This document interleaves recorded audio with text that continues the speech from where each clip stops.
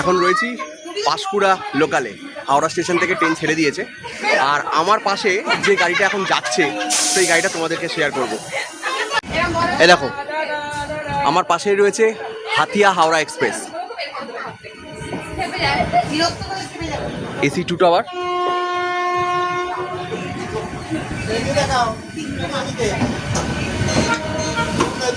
এই হচ্ছে হাতিয়া হাওড়া এক্সপ্রেস।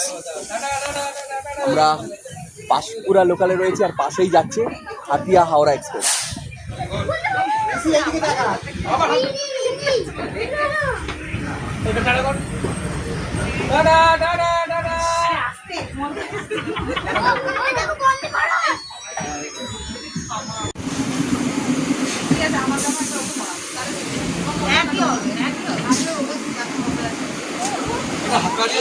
সবসময় বলতেই হবে দেখলেই